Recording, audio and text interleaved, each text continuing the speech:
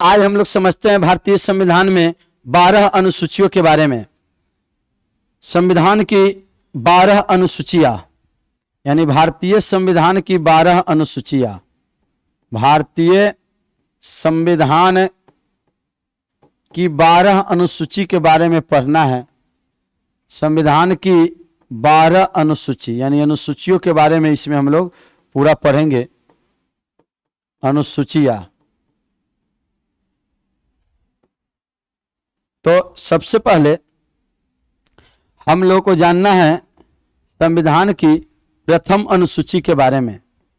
प्रथम अनुसूची के बारे में पढ़ेंगे। प्रथम अनुसूची में भारत के राज्यों एवं संघ शासित प्रदेशों का उल्लेख है, जिसमें 28 राज्य एवं 8 केंद्र शासित प्रदेश है। तो भारत के राज्यों एवं संघ शासित प्रदेश, जिसे केंद्र शासित प्रदेश भी कहते हैं, संघ शासित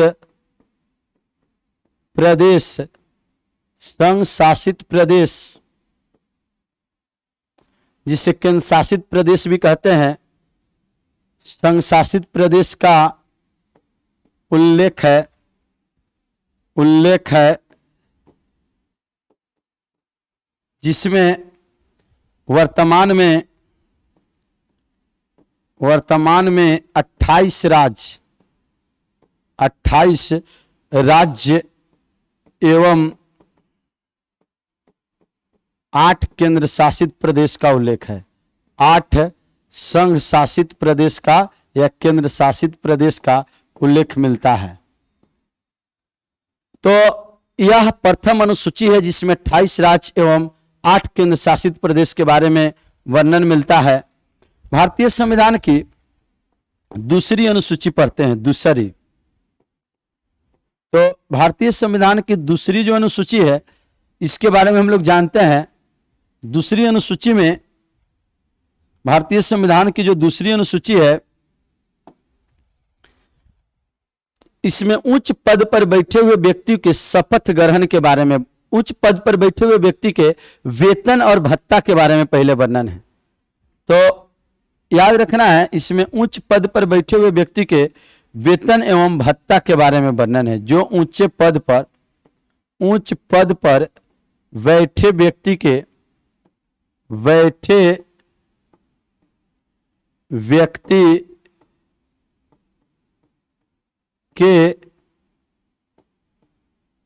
उच्च पद पर बैठे व्यक्ति के वेतन एवं भत्ता के बारे में वर्णन है। वेतन एवं भत्ता,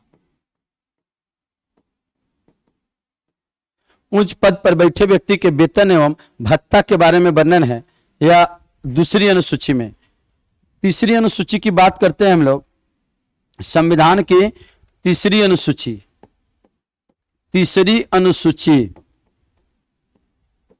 तो संविधान की जो तीसरी अनुसूची है इसमें उच्च पद पर बैठे हुए व्यक्तियों के शपथ ग्रहण के बारे में वर्णन है। यानी कौन व्यक्ति कौन शपथ लेगा, जैसे भारत के राष्ट्रपति संविधान की शपथ लेंगे, उसी प्रकार से तीसरी अनुसूची में यह वर्णन है उच्च पद पर बैठे व्यक्ति के शपथ ग्रहण। उच्च पद पर बैठे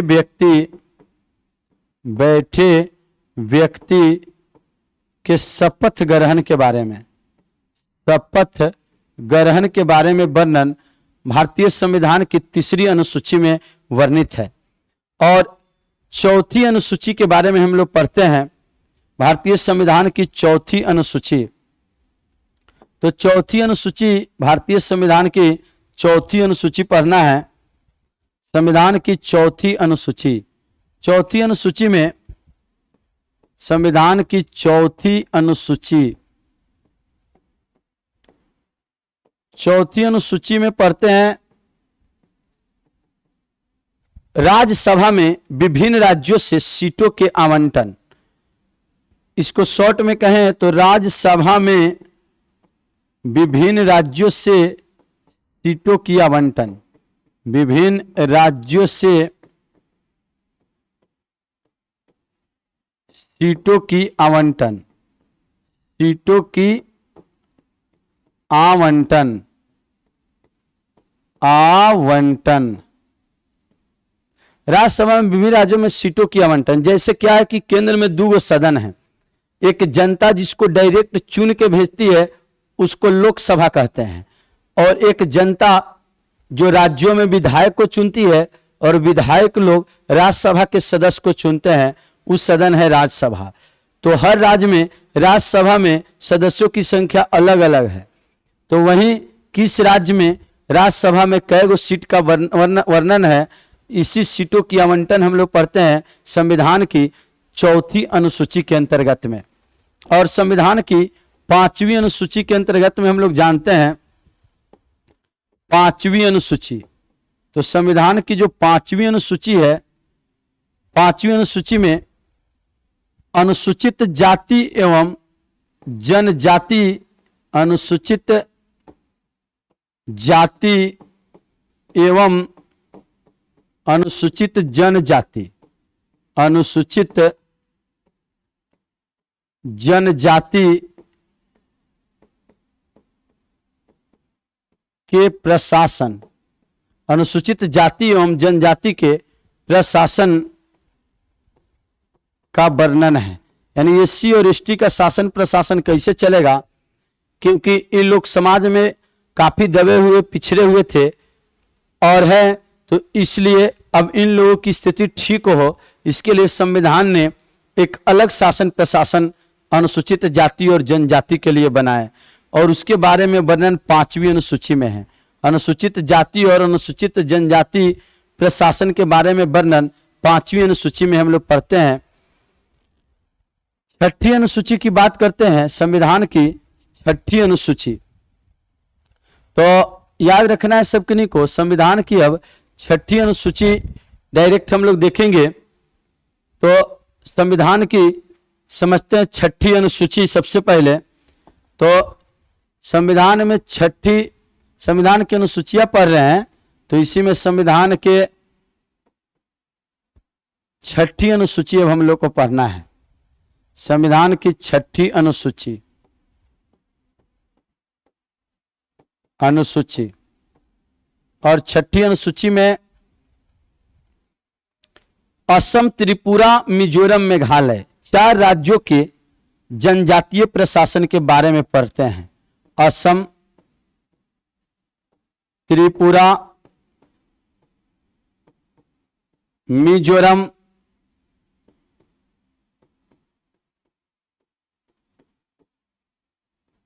एवं मेघालय, ये 4 राज्य है।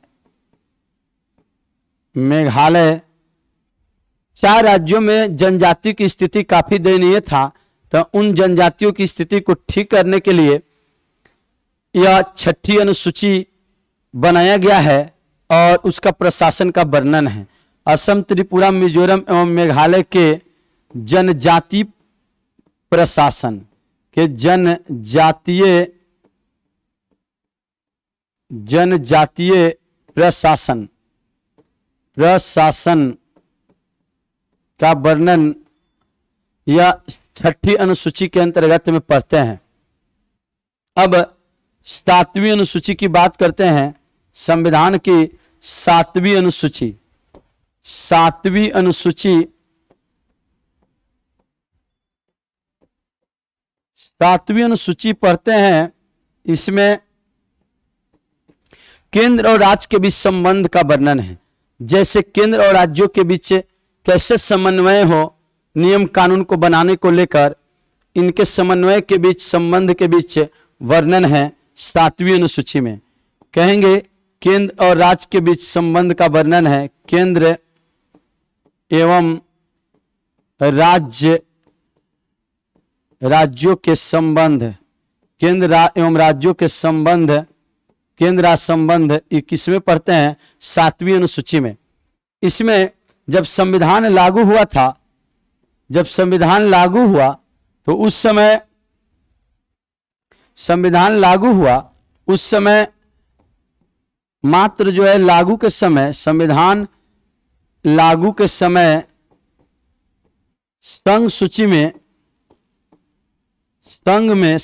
में यानी कि 97 विषय था, जबकि वर्तमान में इसकी संख्या 100 हो गई है।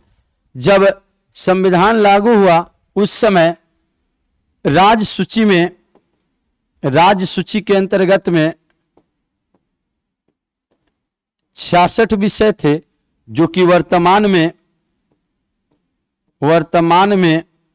इसकी संख्या अब 61 हो गई है। जब संविधान लागू हुआ तो उस समय समवर्ती सूची में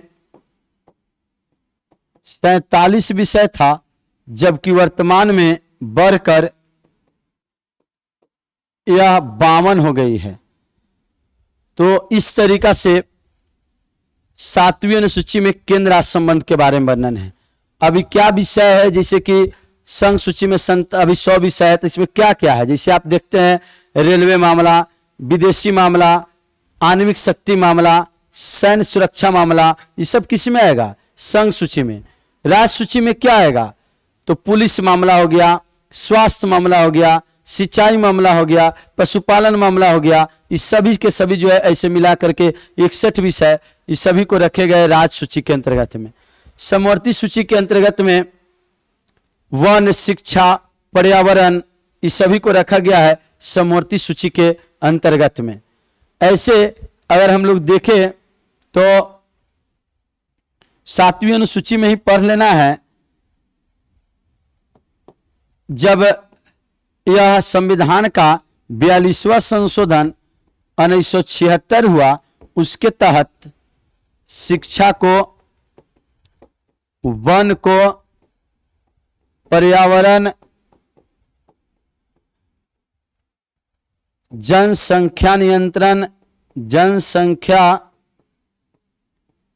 नियंत्रण एवं समन्वयन, नियंत्रण एवं कैसे नियंत्रित किया जाए और कैसे उसको समन्वय स्थापित किया जाए जनसंख्या में, यह और मापतौल, यह सभी राज्य सूची का विषय हुआ करता था, राज्य सूची का विषय था। लेकिन इस सभी को समवर्ती सूची में डाला गया 42वां संशोधन 1976 के द्वारा। तो ये सभी अभी हम लोग याद रखेंगे, समवर्ती सूची का विषय है। अब हम लोग को जानना है 8वीं अनुसूची के बारे में। संविधान की 8वीं अनुसूची, संविधान की 8वीं अनुसूची, संविधान की 8वीं अनुसूची पढ़ेंगे, जिसमें भाषा के बारे में वर्णन है। 8वीं अनुसूची, 8वीं अनुसूची में भारतीय संविधान की भाषा के बारे में वर्णन है। जब संविधान लागू हुआ था तो उस समय 8वीं अनुसूची में मात्र जो है 14 भाषा थी। संविधान लागू के समय 14 भाषा। अभी वर्तमान की बात है तो वर्तमान में इसमें 22 भाषा हो गए हैं। तो आखिर 14 से ये 22 भाषा कैसे हुआ होगा, इस बातों को समझते हैं। तो ध्यान दीजिए, 14 से 22 भाषा आखिर हुआ कैसे। तो अगर देखें तो संविधान में 21वां संशोधन हुआ, 21वां संशोधन, और 1967 के द्वारा इसमें एक सिंधी भाषा को जोड़ दिया गया, सिंधी भाषा। तो संविधान में भाषा की संख्या 8वीं अनुसूची में 15 हो गई।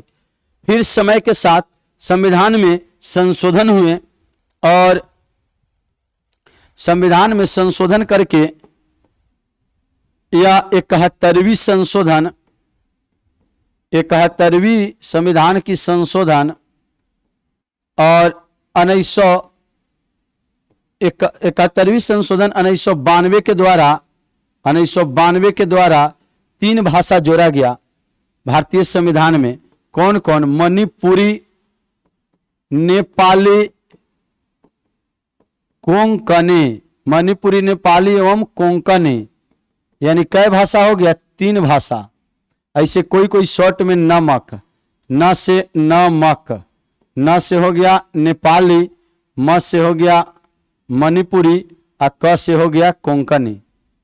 तो यह 3 भाषा जोड़े गए 71वीं संशोधन 1992 के द्वारा। और अगर देखें संविधान में तो यह 92वीं संविधान संशोधन अधिनियम, 92वीं संविधान संशोधन अधिनियम, संविधान संशोधन अधिनियम द्वारा यानी 92वीं संविधान संशोधन द्वारा जोड़ा गया 4 भाषा। कौन कौन? मैथिली, संथाली, संथाल क्षेत्र में संथाली और बोडो जो कि असम की भाषा है, असम, बोडो एवं डोंगरी। डोंगरी, डोंगरी कहाँ की भाषा है? तो जम्मू कश्मीर की।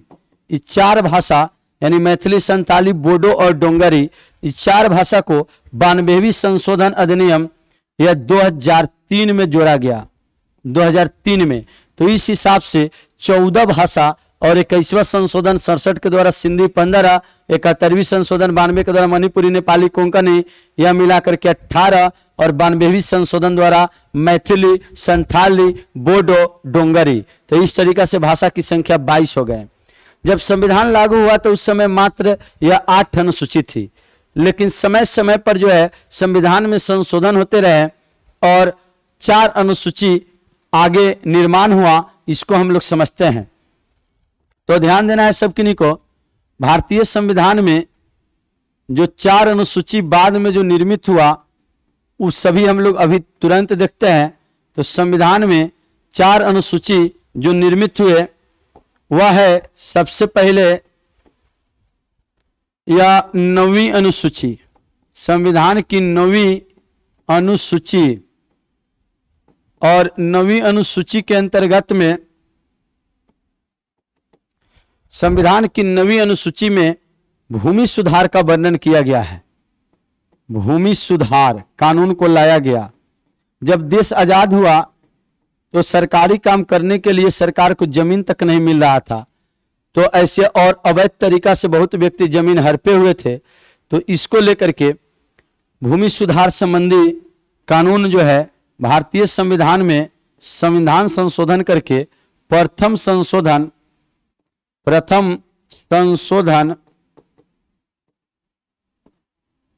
1951 के द्वारा भूमि सुधार के प्रावधानों को जोड़े गए। और इसमें जो भी प्रावधान आया उसके खिलाफ कोर्ट में नहीं जा सकते थे, ऐसी व्यवस्था थी। लेकिन 2007 में एक नियम आया, यदि मौलिक अधिकारों का हनन होता है तो भूमि सुधार के खिलाफ आप कोर्ट जा सकते हैं। तो ये बातें हम लोग को याद रख लेना है। यह 9वीं अनुसूची में भूमि सुधार का वर्णन है जो प्रथम संशोधन 1951 के द्वारा जुड़ा। अब हम लोग को जानना है 10वीं अनुसूची, संविधान की 10वीं अनुसूची। तो संविधान की 10वीं अनुसूची में हम लोग पढ़ते हैं 10वीं अनुसूची, और यह दल बदल कानून से संबंधित है। 10वीं अनुसूची, एक हरियाणा में गया राम नाम का व्यक्ति था। वह आदमी एक दिन में 10 गो दल को बदला, यानी कि 10 दल को बदल लिया हरियाणा का गया राम व्यक्ति, क्योंकि दल बदलना आसान था। इसीलिए अब लगा कि दल बदलने के कानून को थोड़ा कठोर किया जाए।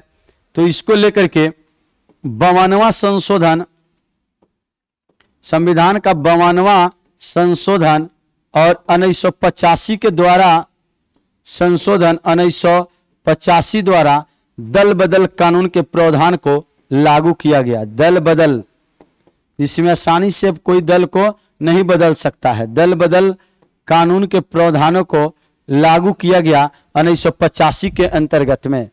52वां संशोधन याद रखना, 1985 में दल बदल कानून जोड़ा गया और इसके लिए 10वीं अनुसूची का प्रावधान किया गया।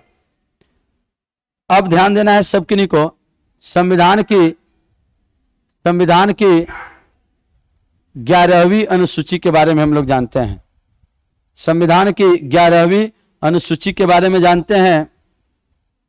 तो संविधान में 11वीं अनुसूची